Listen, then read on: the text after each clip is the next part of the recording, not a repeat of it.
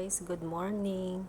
Ang lulutuin natin today guys ay ginisang ampalaya with egg.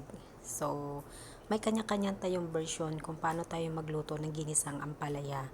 Yung iba, ginisa na ampalaya may karne. Ako guys, itlog lang. Itlog lang yung kaya kong ilagay. So, may kanya-kanya tayong version at may kanya-kanya din tayong style kung paano ginagawa ang paghiwa ng kamatis. So, kung yan lang guys ang style ko ng paghihiwa, kayo ba guys, paano kayo magpaghiwa ng kamatis? Ganyan din ba o may iba pang style? So, ayan guys, tapos na ako maghiwa ng kamatis.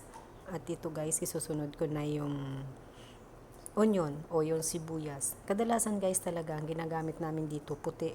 Kasi mahilig yung madam ko sa puting sibuyas. So, ayan lang mayroon ako sa ref. So, ayan guys. Masarap din yan siya guys, kainin ng fresh. Medyo mapait, maanghang pala, maanghang. Pero masarap siya guys. Kapag nasanay ka na siguro. Ayan guys, tapos ko nang gayatin ang sibuyas at saka yung onion. So, ayan guys, ipapakita ko. Ayan. Next, ang palaya naman guys. Ayan. Yan yung nabili ko guys, yung nakaraang Friday nung nag-day off kami ng kaibigan ko. Ayan guys, tatanggalan natin siya ng buto. Paano ba kayo magtanggal ng buto? Ginagamitan nyo rin ba ng kutsara? Ako guys, ginagamitan ko kasi hindi ko naman kayang tanggalin sa kutsilyo o kaya sa kamay ko. Ayan guys, bakit nga ba tinatanggalan ng buto ang ampalaya? No? Comment below. Ayan guys, tapos na. Dahil tapos ko na siyang tanggalan ng buto at pinakita ko na rin sa inyo natanggal na ang buto, kumuha ako ng bowl guys na may tubig tapos nilagyan ko ng asin. Kasi yan ang sabi nila guys, kapag hiniwa mo yung ampalaya, kailangan ilubog mo siya sa tubig na may asin. Dahil para daw mabawasan yung pait. Totoo kaya yan guys? Kayo ba? Ganun din kayo pag nagluto kayo ng ampalaya? Ibababad nyo siya sa tubig na may asin. Let's see kung mapait nga ba o hindi ang niluto ko ang palayang mamaya. Titikman natin guys kung ano ang resulta niya. Ayan nga guys, ginayat-gayat ko na yung ampalaya na binili ko noong nakaraang Friday. At excited na rin akong matikman siya. Kung ano na ba talaga ang lasa ng ampalaya ng barin. Ayan guys, ginayat-gayat. Tapos na yung isang side, isa naman guys.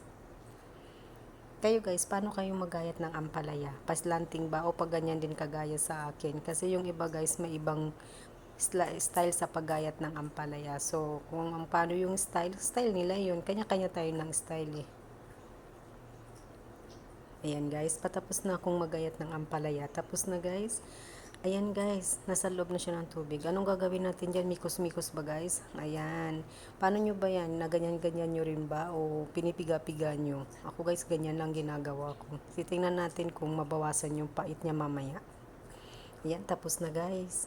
Ayan guys, tapos na natin gayatin ang ampalaya. Binabad na rin natin siya sa tubig na may asin. Kumuha na ako guys ng lutuan. At ayan guys, binuksan ko na rin yung kalan. So, pinainit lang natin yan guys. So, ayan guys, binilagyan na natin ng oil. Yan. Kayo guys, bahala kayo kung gaano karaming oil ang ilagay nyo ha. Ako, nakita nyo naman siguro guys. Maka-oil talaga ako. Ayan guys. So, iniwan ko muna guys. Ayan, tiningnan ko kung mainit na. And guys, parang mainit na nga siya. So, ayan, hininaan ko yung apoy guys.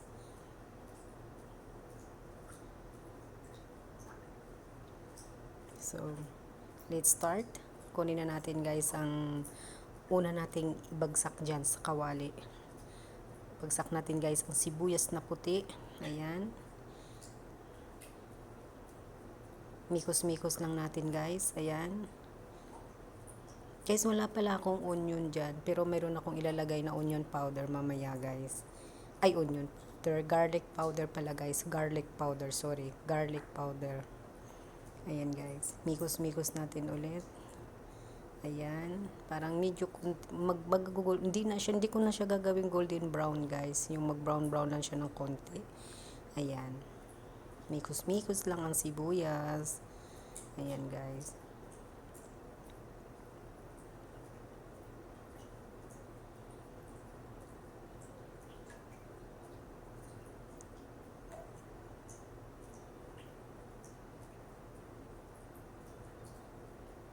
Then guys, isusunod natin ang kamatis. Ayan, mikos-mikos lang guys. Ayan. Mikos-mikos lang guys.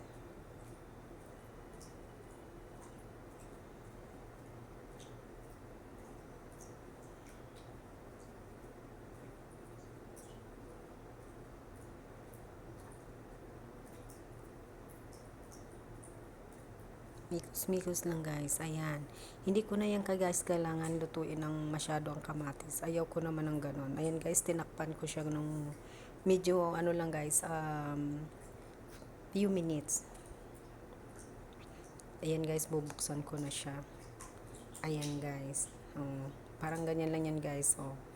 Tapos yan guys, imikos-mikosin natin para maghalo yung sibuyas at saka yung kamatis. Ayan na guys.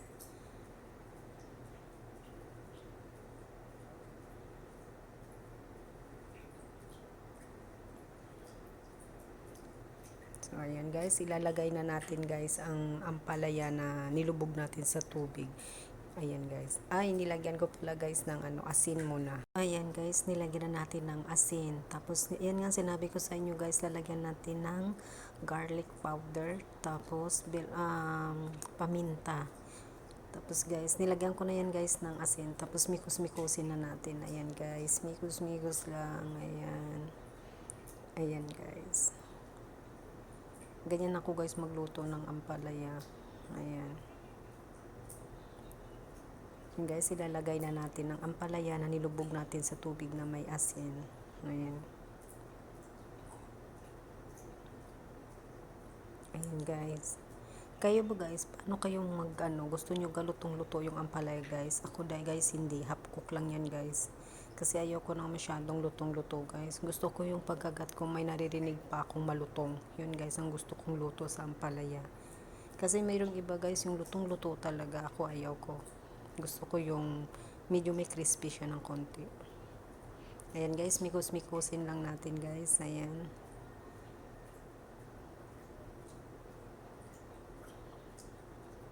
Ayan guys.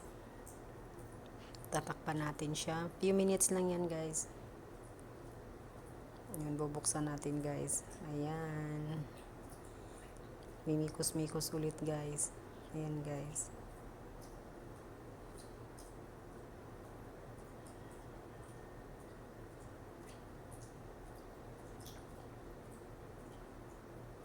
Ayan, lalagyan ng kunting tubig guys. Ayan, para may kunting sabaw.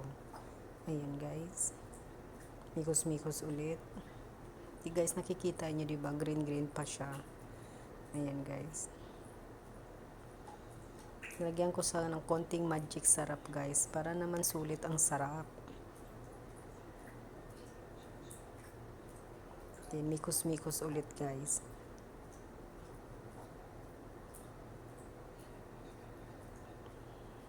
Ayan. Excited na ako matikman ng aking nilutong ampalaya.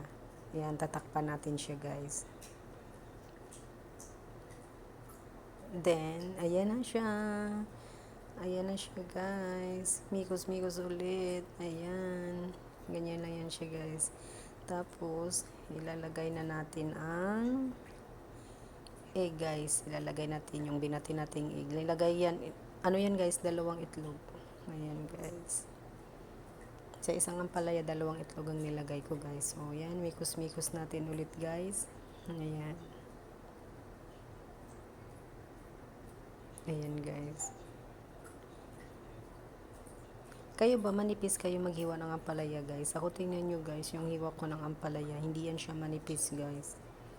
Ayan. Ayan guys, tatakpan natin siya ulit para maluto yung few minutes yan guys. Huwag yung patagalin para hindi nyo malabsak yung ampalaya. Ayan guys, open.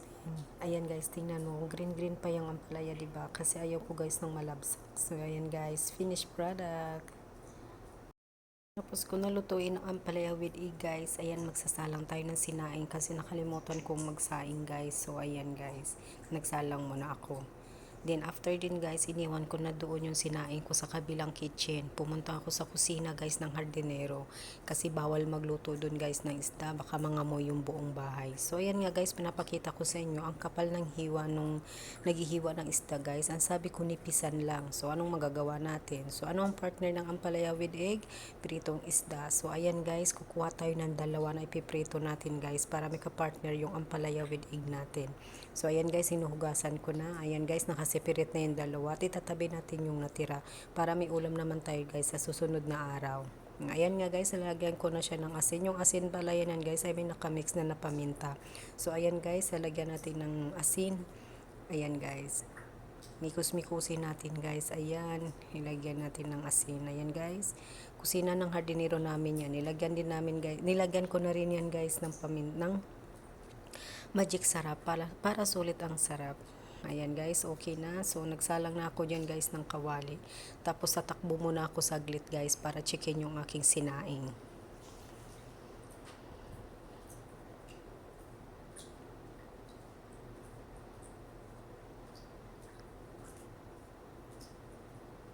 Ayan guys, bumalik na pala ako. Ayan guys, at kinuha ko yung mantika at nilagay ko na guys sa kawali. Tapos maya maya guys, i-check ko kung mainit na ba ang mantika. Ayan guys.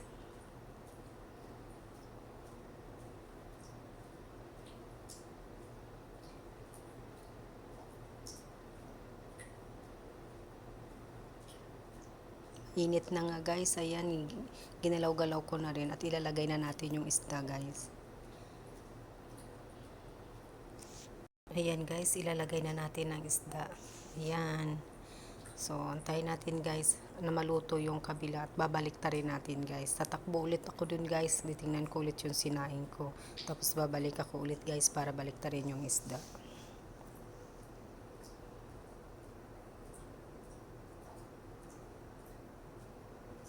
Ayan guys, nakabalik na ako guys at masamang balita, nasunog yung aking sinaing pero okay naman guys at hindi naman sunog na sunog. Ayan nga guys, kayo ba guys kapag nag-crave ka no, ano yung mga gusto nyo guys? Para tayo naglilihi no, nag-crave tayo ng iba-ibang food. Ayan guys, ayan. Hinarap ko na guys yung camera at nilapit ko na guys kasi para makita nyo. Ayan, binaliktad ko na yan guys. Yan guys, ang ganda ng pagkaprito niya. Ayan. Ang taba ng pagkahiwa niya guys, ang kapal. Ayan guys. Bali-balik ta rin natin guys para na maluto din sila kaliwat. Ano tawag nun? Harap at likod ba? Tama. Ayan guys. Magulo yung camera guys kasi hinahawakan ko yan guys para nanginginig yung kamay ko. Pasmado na yata ang lola nyo. Ayan guys, ilalagay na natin siya sa plato na may tissue para mag-absorb yung oil. Ayan. Ayan guys, ang ganda ng pagkaprito no. Crispy yan guys. Ayan, so yummy.